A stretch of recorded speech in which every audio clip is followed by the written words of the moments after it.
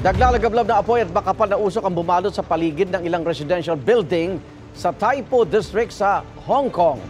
Mas lumaki at kumalat ang apoy dahil daw sa bamboo scaffoldings na nakapalibot sa mga gusali. Ayon sa mga otoridad, nasa 36 ang namatay sa sunog. Kabilang sa mga nasawi ay isang bumbero. Mahigit 200 naman ang pinaghahanap. Nanatili sa ilang temporary shelters ang nasa 900 residenteng apektado.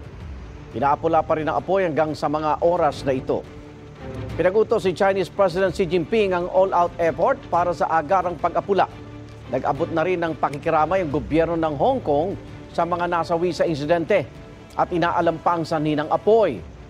Ayon sa Philippine Consulate General sa Hong Kong, walang naiulat na Pilipino na nadamay sa sunog. Igan, mauna ka sa mga balita, mag-subscribe na sa GMA Integrated News sa YouTube para sa iba't ibang ulat sa ating bansa.